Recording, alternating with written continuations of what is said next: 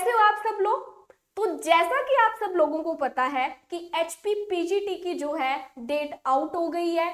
29 of March जो है expected date रहेगी एग्जाम की। एक टेंटेटिव डेट जो है हमें कमीशन के द्वारा मिल चुकी है।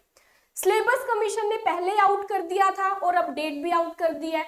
तो अगर मैं अब से लेकर 29 मार्च तक नंबर ऑफ डेज अगर काउंट करूं तो टोटल 50 डेज हमारे पास हैं हमारे एग्जाम को अच्छे से प्रिपेयर करने के लिए, एग्जाम की तैयारी करने के लिए। तो आज की इस क्लास में मैं आपके लिए एक स्ट्रेटेजी लेके आई हूं कि किस स्ट्रेटेजी के थ्रू कैसे हमने पढ़ना है कि हम हमारे एग्जाम के लिए प्रिपेयर हो सके, हमारा एग्जाम जो है अच्छे से दे सके। देखो बहुत टाइम बाद पेपर आया है, सब बच्चों ने एग्जाम देना है, इसके बाद पता नहीं कब चांस मिलेगा, इसके बाद पता नहीं कब पीजीटी का एग्जाम आएगा। तो कंपटीशन जो है मेरे अकॉर्डिंग इस बार बहुत हाई रहेगा। काफी नंबर ऑफ स्टूडेंट्स जो है पेपर देंगे, लेकिन क्लियर उनका ही होगा जो एक प्रॉपर स्ट्रेटेजी से पढ़ेंगे।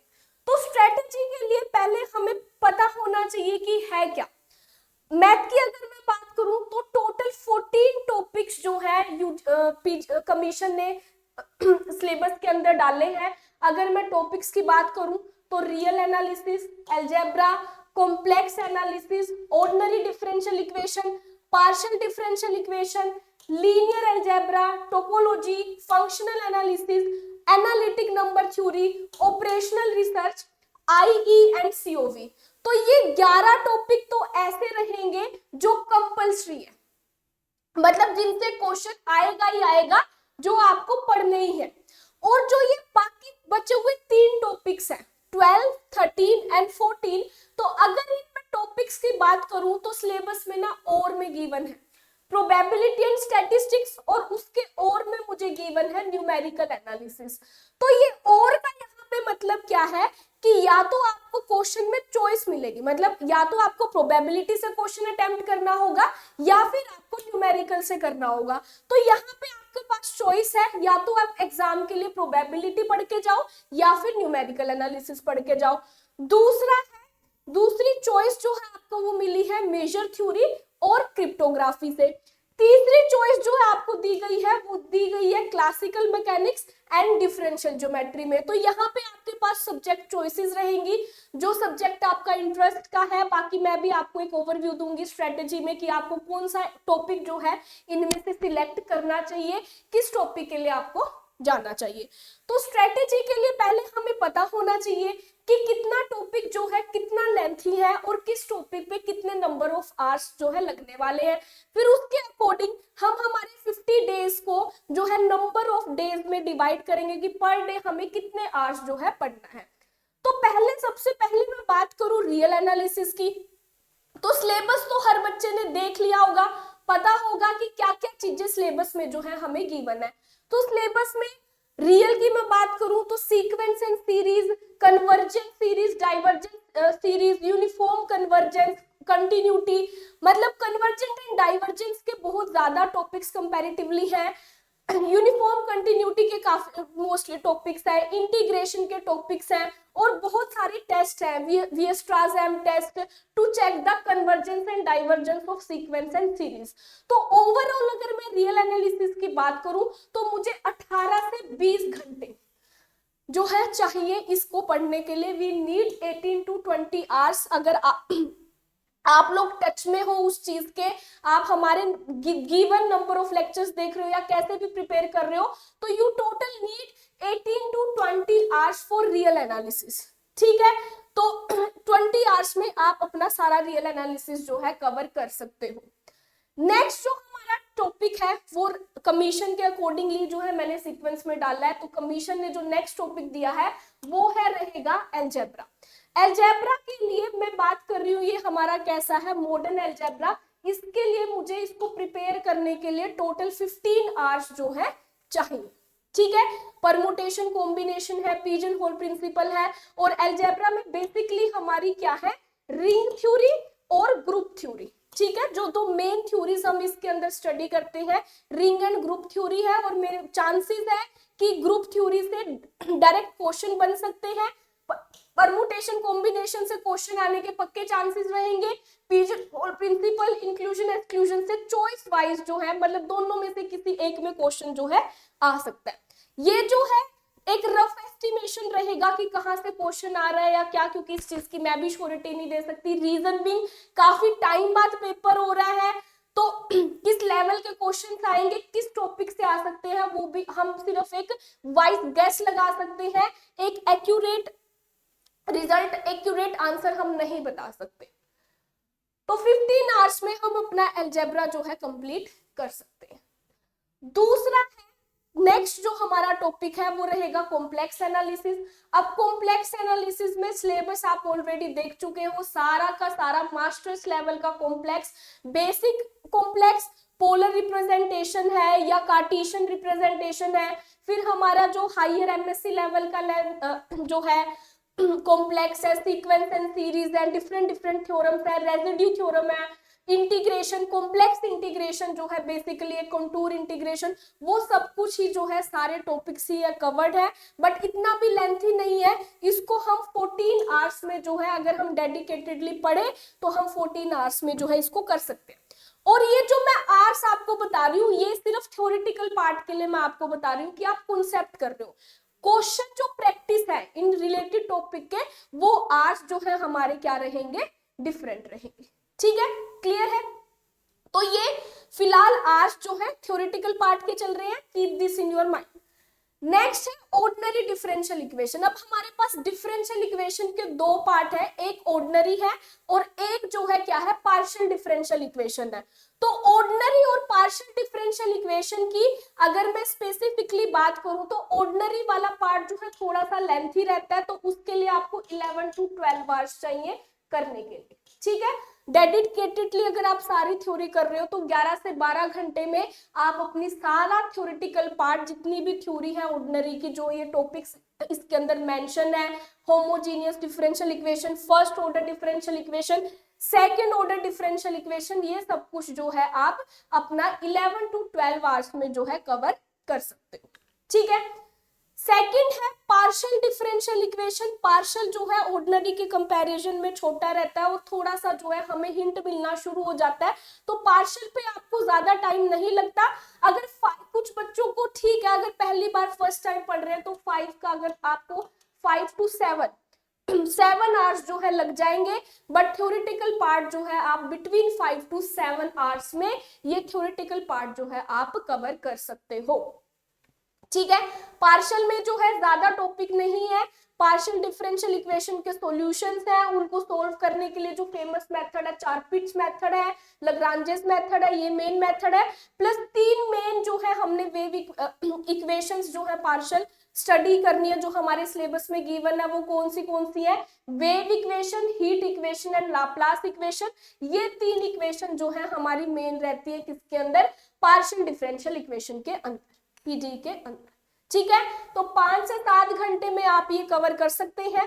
लीनियर अलजेब्रा जो है ये मैं बोलूंगी आपको कि इजीएस्ट टॉपिक रहता है, इसके क्वेश्चंस भी जो है इजीली हो जाते हैं कंपैरेटिवली। अगर मैं बाकी बात करूं मॉडर्न अलजेब्रा और रियल में ही कंपैरिजन करूं, तो मॉडर्न का अगर क्वेश्चन थोड़ा सा भी घुमा के आ गया तो हमारे लिए आंसर निकालना मुश्किल हो जाता है, लेकिन लीनियर के क्वेश्चन करना कंपैरेटिवली इजी रहता है। इसकी आइगन वैल्यूज, आइगन वेक्टर्स के ऊपर बहुत क्वेश्चंस बनते हैं। लीनियर अलजेब्रा में जो मैट्रिसेस वाला पार्ट है उसमें नंबर ऑफ क्वेश्चंस भी ज्यादा बनते हैं और वो टॉपिक भी कंपैरेटिवली इजी रहता है। जॉर्डन कैनोनिकल फॉर्म है, मैट्रिक्स डायगोनलाइजेबल है या नहीं है, ये सारी चीजें जो है इसके अंदर हमें गिवन है। हमारे पेपर में वेक्टर स्पेस है, प्रॉपर्टीज है, डायमेंशन है, बेसिस है, पूरा लीनियर अलजेब्रा जो है हमारे सिलेबस में गिवन है। और ये जो है 11 to 12 मैं एक बार बढ़ा के बता रही हूँ, इसकी थ्योरी जो है बहुत इजी रहती है। हाँ, थोड़ा सा थ्योरी है, ज्यादा है, टॉपिक ज्यादा है, पर 11 से 12 घंटे में इसकी थ्योरी हम इजीली कर सकते हैं। नेक्स्ट देखो, नेक्स्ट जो हमारा टॉपिक है वो है टोपोलॉजी। अगर मैं बात करूं टोपोलॉजी और फंक्शनल एनालिसिस की, दोनों की ही मैं अगर आपसे बात करूं, आई विल टॉक अबाउट, तो इसके जो है लिमिटेड से टॉपिक हमें गिवन है। टोपोलॉजिकल स्पेस में open space, open subspaces, weak topology, functional algebras, compactness और फिक्स नंबर ऑफ थ्योरम हमें बताई हुई है कि कौन सी थ्योरम हमें पढ़नी है। Ascoli's theorem, axioms, hands spaces, completed regular spaces, normal spaces, embedding theorem, extension theorem, मतलब 7-8 थ्योरम्स जो है हमें मेंशन है कि यही थ्योरम, यही टॉपिक जो है हमने करने हैं। तो अगर ये सिलेक्टिव टॉपिक करें तो 4 से 5 घंटों में हमारी टोपोलॉजी जो है निपटाई जा सकती है, क्योंकि बहुत ही लिमिटेड टॉपिक जो है हमें गिवन है।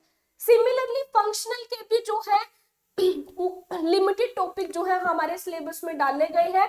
तो अगर आप भी इनको पढ़ना चाहो तो फंक्शनल कंपैरेटिवली बच्चों को थोड़ा सा मुश्किल लगता है, रियल एनालिसिस का ही कहीं ना कहीं ये जो है पार्ट रहता है। तो 4 to 6 आवर्स में आप फंक्शनल एनालिसिस भी जो है निपटा सकते हो, क्योंकि थ्योरम्स के प्रूफ तो हमने करने नहीं है, जो भी थ्योरम्स के सिलेबस में मेंशन है पूरे प्रूफ हम नहीं करेंगे, क्योंकि पेपर जो है हमारा सब्जेक्टिव नहीं आने वाला है, ऑब्जेक्टिव पेपर जो है हमने करना है। ठीक है, तो ऑब्जेक्टिव पेपर के लिए हमें रिजल्ट चाहिए और हमें पता होना चाहिए कि ये रिजल्ट कैसे, किस तरीके से हमारे क्वेश्चन में यूज हो सकता है। तो उस चीज में वो सारा कुछ जो है हम 4 घंटे में निपटा सकते हैं। हाँ, अगर आप पूरे प्रूफ्स करने बैठोगे थ्योरम्स के तो it will take time, but हमें तो प्रूफ करना ही नहीं है, हमें सिर्फ रिजल्ट से मतलब है कि किस थ्योरम का क्या रिजल्ट है और वो हमारे लिए किस तरीके से काम आ सकता है। तो फंक्शनल के लिए 4 से 6 घंटे हो गए हैं। नेक्स्ट है एनालिटिक नंबर थ्योरी। अब जो एनालिटिक नंबर थ्योरी है वो उसके कुछ टॉपिक्स ना मॉडर्न अलजेब्रा से रिलेटेड है, जैसे कि प्रिमिटिव रूट्स है, या फिर डाइफेंटाइन इक्वेशन है, ग्रेटेस्ट कॉमन डिवीजन है, डिवीजन एल्गोरिदम है। तो ये चीजें हम मॉडर्न अलजेब्रा में ऑलरेडी पढ़ चुके होंगे। मॉडर्न अलजेब्रा में 3 चीजें हम पढ़ते हैं, group theory, ring theory and number theory. तो नंबर थ्योरी के कुछ टॉपिक्स तो हम ऑलरेडी मॉडर्न अलजेब्रा में करके ही आएंगे। बचे हुए जो है डिफरेंट टॉपिक्स जो है वो उनको करने में हमें मैक्सिमम 4 आवर्स लगेंगे। 4 आवर्स में हमारी नंबर थ्योरी जो है कंप्लीट हो जाएगी, क्योंकि ये बिल्कुल सिमिलर है जो हमारा मॉडर्न अलजेब्रा का सिलेबस है। बहुत सारी चीजें जो है उससे सिमिलर रहेंगी इसके अंदर। ठीक है, इसके बाद ऑपरेशनल रिसर्च की अगर मैं बात करूं तो काफी चीजें लेंथी है, और ऑपरेशनल रिसर्च ना हर बच्चे ने नहीं पढ़ी होती। मतलब हम लीनियर प्रोग्रामिंग प्रॉब्लम्स पढ़ते हैं, एलपीपी, ठीक है, तो लेकिन इसमें एलपीपी के अलावा भी और भी बहुत सारी चीजें हैं। तो अगर आप थ्रू आउट पूरा करने बैठोगे तो आपको 12 से, मैं तो बोलूंगी 12 to 15 आवर्स जो है हमें चाहिए इसको करने के लिए। बट मैं आपको पर्सनली यही सजेस्ट करूंगी कि जिन बच्चों ने नहीं पढ़ा है कभी भी ऑपरेशनल रिसर्च, तो सारा इतना पूरा डीप डिटेल में करने का आपको कोई भी फायदा नहीं रहेगा। हाँ, जो चीजें हैं करने वाली, जैसे linear programming problem, duality in linear programming problem, और उसके जो सॉल्यूशन होते हैं एलपीपी के, मिनिमा या मैक्सिमा निकालना, ये सारी चीजें, तो वो सिलेक्टिव चीजें आप इससे करो तो इट विल बी बेटर। और ये टॉपिक जो है, जो आपके मेन टॉपिक है, उसके करने के बाद लास्ट में ही पिक करो तो फायदा रहेगा आपको। ठीक है, बट अगर पूरा कंप्लीट करना चाहते हो तो 12 से 15 घंटे लगेंगे। बट ये उन बच्चों के लिए जिन्होंने कभी पहले ओआर पढ़ा है, जो कर ही पहले रहे हैं, उनके लिए बहुत ही डिफिकल्ट हो जाएगा करना। तो मैं सजेस्ट करूंगी पर्सनली कि इसको लास्ट में ही किया जाए। आईई एंड सीओवी की बात करूं तो मैंने इसको 11 आवर्स दिए हैं, लेकिन ये 11 आवर्स दिए हैं प्लस क्वेश्चंस, क्योंकि आईई एंड सीओवी के जो कॉन्सेप्ट है बहुत ही लिमिटेड वो है कॉन्सेप्ट। इंटीग्रल इक्वेशंस में हम 2 टाइप की इंटीग्रल इक्वेशंस को सोल्व करना सीखते हैं, एक फ्रेडहोम इंटीग्रल इक्वेशन और एक वोल्टेरा। तो उनका मेथड आपको पता होना चाहिए। सीओवी में आइसोपैरामेट्रिक प्रॉब्लम्स है, आइलर इक्वेशन को किस तरह यूज करना है। तो थ्योरी पार्ट जो है इसके अंदर कंपैरेटिवली कम है। तो थ्योरी प्लस क्वेश्चंस को आप 11 आवर दोगे तो आपकी सारी सीओवी एंड आईवी अच्छे से रिवाइज हो जाएगी। इजी टॉपिक रहता है, ये क्वेश्चन आएगा तो डायरेक्ट बनेगा। तो मैं पर्सनली आपको रिकमेंड करूंगी कि ये टॉपिक जो है आपने फॉर श्योर करना। ठीक है, नेक्स्ट है, अब नेक्स्ट जो है हमारे पास चॉइस है किसकी, प्रोबेबिलिटी एंड स्टैटिस्टिक्स। ठीक है, एक हमारे पास प्रोबेबिलिटी है, उसको करने के लिए आपको 18 से 20 घंटे चाहिए, क्योंकि जो प्रोबेबिलिटी और स्टैटिस्टिक्स में टॉपिक्स है वो मास्टर्स लेवल के हैं। और जो बच्चे एमएससी स्टैटिस्टिक्स करते हैं, देखो 2 टाइप की एमएससी होती है, एक एमएससी मैथ्स होती है और एक एमएससी स्टैटिस्टिक्स। तो मोस्टली चीजें जो है एमएससी स्टैटिस्टिक्स की जो है सिलेबस में देखने को मिल रही है। ठीक है, अब जिन बच्चों ने नहीं पढ़ा, कुछ बच्चों ने स्टैट नहीं पढ़ा अपनी मास्टर्स में, तो उनके लिए चीज करनी मुश्किल हो जाएगी। लेकिन न्यूमेरिकल एनालिसिस सबने पढ़ा होगा अपनी ग्रेजुएशन में। अगर आपने ग्रेजुएशन में आपके पास मैथ था तो ऑब्वियसली न्यूमेरिकल एनालिसिस आपने पढ़ा होगा। डायरेक्ट मेथड्स होते हैं न्यूमेरिकल एनालिसिस में, तो हाँ क्वेश्चन लेंथी हो सकते हैं, but question probability and statistics के भी लेंथी रहेंगे। तो लेकिन अगर मैं टॉपिक्स को कंपेयर करूं तो प्रोबेबिलिटी एंड स्टैटिस्टिक्स से पहले जो है हम न्यूमेरिकल एनालिसिस जो है कवर कर सकते हैं। सिम्पसन रूल है, ट्रेपेजॉइडल मेथड्स है, डायरेक्ट न्यूमेरिकल मेथड्स जो है इसके अंदर रहेंगे। तो मैं आपको पर्सनली ये सजेस्ट करूंगी कि प्रोबेबिलिटी एंड स्टैटिस्टिक्स के बजाय आप न्यूमेरिकल एनालिसिस करो, क्योंकि वो कम टाइम में जो है प्रिपेयर हो जाएगा। क्वेश्चन दोनों से ही डायरेक्ट आएगा, चाहे आप प्रोबेबिलिटी कर लो उसमें भी डायरेक्ट फॉर्मूला बेस्ड क्वेश्चन आएगा, और न्यूमेरिकल एनालिसिस में भी डायरेक्ट फॉर्मूला बेस्ड क्वेश्चन जो है बनेगा। ठीक है, नेक्स्ट है हमारे पास choice major theory and cryptography. अब जो टॉपिक्स हैं दोनों के टॉपिक्स को करने के लिए तो 5 to 6 आवर्स चाहिए, लेकिन मेजर थ्योरी जो है, मेजर थ्योरी एंड इंटीग्रेशन है स्पेसिफिकली है, तो ये तो कहीं ना कहीं हमारे रियल एनालिसिस का ही पार्ट है। ठीक है, रियल एनालिसिस में फंक्शन ऑफ बाउंडेड वेरिएशन ये सब कुछ हम करते हैं, तो रीमन इंटीग्रेशन ये सब कुछ जो है हमारी लिबेक मेजर क्या होती है, ये सब कुछ हमें मेजर थ्योरी के अंदर गिवन है। तो अगर हम रियल एनालिसिस कर रहे हैं तो उसको ही जो है थोड़ा सा आगे पढ़ना है, उसकी ही थोड़ी एक्सपेंशन हमने करनी है। लेकिन अगर आप क्रिप्टोग्राफी करोगे तो ये थोड़ा सा जो है कंप्यूटेशनल सब्जेक्ट हो जाता है, ये एमएससी में ऑप्शनल सब्जेक्ट रहता है, तो 90% बच्चों ने क्रिप्टोग्राफी नहीं पढ़ी होती। 5-10% बच्चे ही होते हैं जिन्होंने क्रिप्टोग्राफी पढ़ी होती है, उसका आइडिया होता है। तो अगर आपने पढ़ी है तो वेल एंड गुड, अदरवाइज मैं आपको सजेस्ट करूंगी कि चॉइस है इन दोनों में, तो you should go for major theory and integration अगर आपका रियल एनालिसिस अच्छा है, क्योंकि क्रिप्टोग्राफी आपके लिए एक बहुत नया टॉपिक हो जाएगा और इस टाइम पे वो करना जो है बेनिफिशियल नहीं रहेगा। ठीक है, ऑल्दो टाइम जो है दोनों को सेम ही लगने वाला है, ऐसा कुछ भी डिफरेंट नहीं रहेगा। नेक्स्ट है लास्ट टॉपिक 14th जो है ये classical mechanics and differential geometry. ये कहीं ना कहीं जो है अप्लाइड मैथ्स के जो है टॉपिक्स रहते हैं, चाहे आप क्लासिकल मैकेनिक्स की बात कर लो, डिफरेंशियल ज्योमेट्री की, दोनों में ही सेम टाइम लगेगा। टोटल 15 आवर्स जो है लगेंगे। आपकी मर्जी, आपकी विल है, आप कौन सा टॉपिक जो है करना चाहते हो, क्योंकि ये हमेशा चॉइस में रहता है मास्टर्स में भी। या तो आप क्लासिकल मैकेनिक्स पढ़ते हो या फिर आप डिफरेंशियल ज्योमेट्री पढ़ते हो, तो आपकी मर्जी रहेगी इन दोनों में से आपने कौन सा करना है। बट मेरे को कंपैरेटिवली अगर मैं पर्सनल फर्स्ट हैंड एक्सपीरियंस से बताऊं तो डिफरेंशियल ज्योमेट्री से क्लासिकल मैकेनिक्स जो है शायद थोड़ा सा इजी रहे। बाकी आपकी विल रहेगी। It will take approx 15 hours 15 lectures to cover this topic. तो अगर मैं ऑल ओवर टोटल लेक्चर्स इसके अंदर देखूं, नंबर ऑफ लेक्चर्स जो है काउंट करूं, तो टोटल अप्रोक्स 150 to 160 आवर्स जो है मेरे लगेंगे, मतलब 150 to 160 लेक्चर्स जो है इसको कवर करने के लिए चाहिए। तो आपको जो है 50 डेज मिले हैं प्रिपरेशन के लिए, और आपके पूरे सिलेबस को कवर करने के लिए आपको 150 लेक्चर्स जो है चाहिए। ठीक है, 150। तो आपने क्या करना है, 40 डेज में आपका सिलेबस कवर करना है। तो अगर मैं 150 को डिवाइड करूं 40 से, तो ये अप्रोक्स जो है 160 को भी डिवाइड करो तो ये कितना बनता है, 4 बनता है। तो आपको एक दिन में कितने घंटे पढ़ना है, 4 घंटे। लेकिन ये 4 घंटे क्या है, थ्योरेटिकल पार्ट। अगर आप 4 घंटे थ्योरी कर रहे हो प्लस 2 आवर्स जो है क्या कर रहे हो, क्वेश्चन प्रैक्टिस कर रहे हो।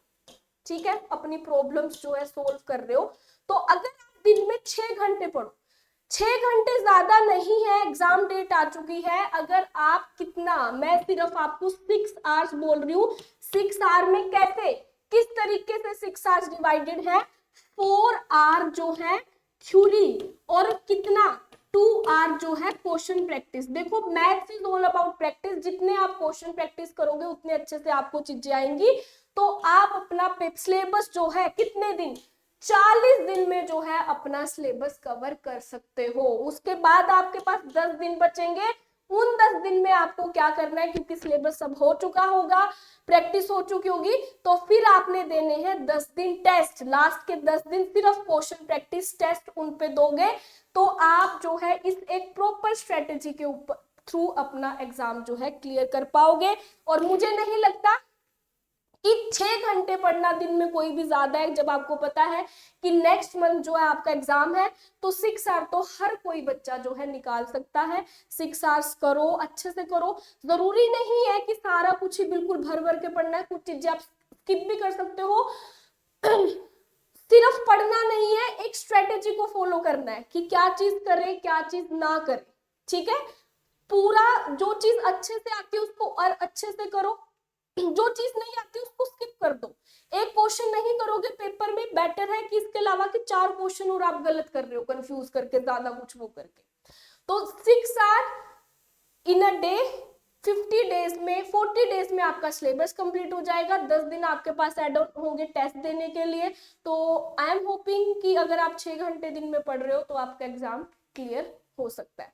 तो this is all about the strategy for 50 days and I hopping कि ये स्ट्रेटेजी जो है आपको काम आएगी। कहीं ना कहीं आपको आइडिया मिला होगा, एक ओवरव्यू मिला होगा कि किस तरीके से कैसे जो है आप लोगों को पढ़ना है। तो all the very best for everyone, जो भी तैयारी कर रहे हैं अच्छे से पढ़ो, तैयारी करो, क्वेश्चन की प्रैक्टिस करो। ओके।